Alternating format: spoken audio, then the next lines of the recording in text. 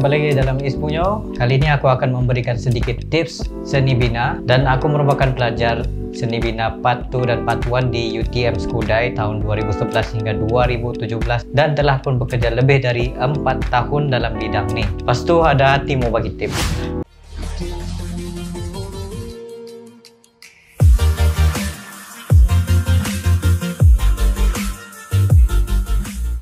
Aku yang buat video, kau yang panas.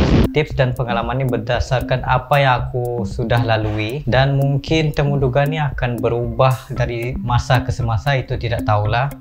Okey, seni bina Part 1, temu duga. Pertama sekali ujian melukis. Kedua, temu duga lisan. Sebelum tu kenapa kamu pilih bidang ni? Tak menyesal. Tahu tak, ramai senior-senior lepas grad semuanya terjun bidang, jadi fotografer, buka bakery, kedai kucing dan kafe. Sempat lagi untuk ubah bidang. Percayalah. Tapi kalau korang nak mengelak biologi, maths, fizik, admat, welcome to architecture, di mana anda perlu tahu juga semua tu. Memang sangat wajib perlu tahu juga. Aku cuba untuk mengelak dari itu, tapi sebenarnya aku tak terlepas juga. Mesti ada benda tu juga. Sebabnya semua ni ada kaitan dengan architecture. Jangan harap sebelum pergi temu duga tu, pastikan dokumen-dokumen korang cukup dan tersusun rapi, supaya senanglah nanti untuk dibelek-belek, terutamanya sekali mengikut kronologi yang telah ditetapkan oleh UPU tersebut. Kalau sekiranya kamu ada art yang boleh ditunjukkan, tunjukkan sebanyak yang boleh. Jadi kiasu.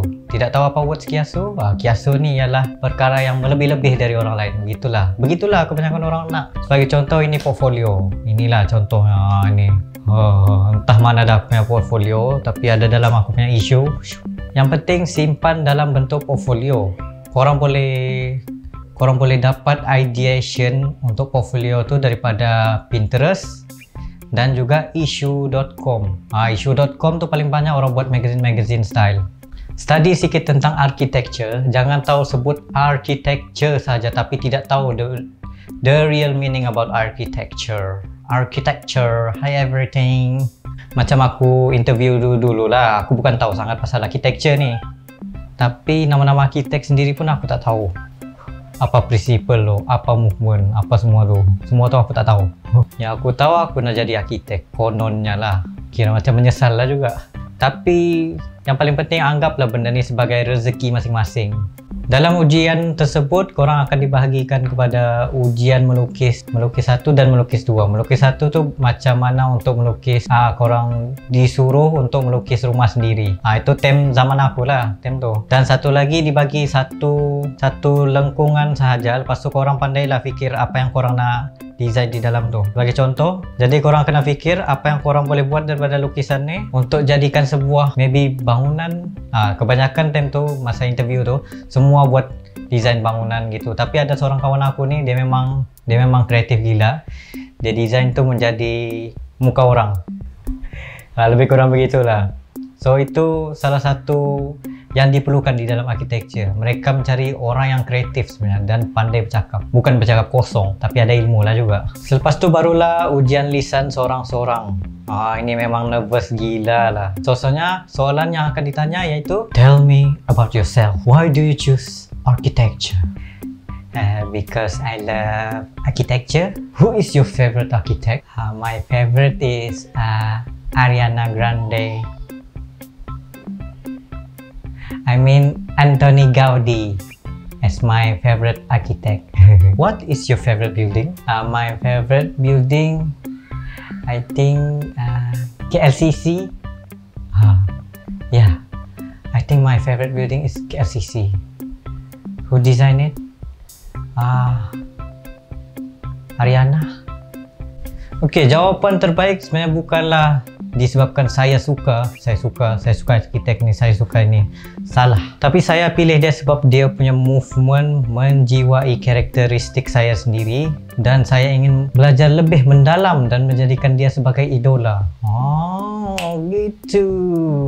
Korang kena tahulah apa tu movement. Contoh macam setiap arkitek mempunyai movement sendiri. Arkitek-arkitek yang power lah. So korang study macam movement seorang ni lebih kepada painting, seorang ni lebih kepada maths gitu, seorang ni lebih kepada deconstructivist, begitu. Seorang ni lebih kepada minimalis. maybe korang boleh go through seorang ni. Bila dia lebih kepada minimalis tu, korang akan fokus terus kepada minimalis. Apa yang korang akan belajar. Tapi bukan itu saja korang kena tahu. Korang kena tahu banyak benda juga. Selain daripada minimalis tu, dekonstruktivis, korang kena tahulah kenapa setiap arkitek ni memilih ideologi sedemikian. Itu yang paling penting. Sekiranya kamu berjaya melepasi ujian-ujian yang dikehendaki ini, maka masuklah universiti yang dikehendaki. Kehidupan dalam dunia arsitektur ni sangatlah berbeza dari orang lain. Percayalah. Percayalah.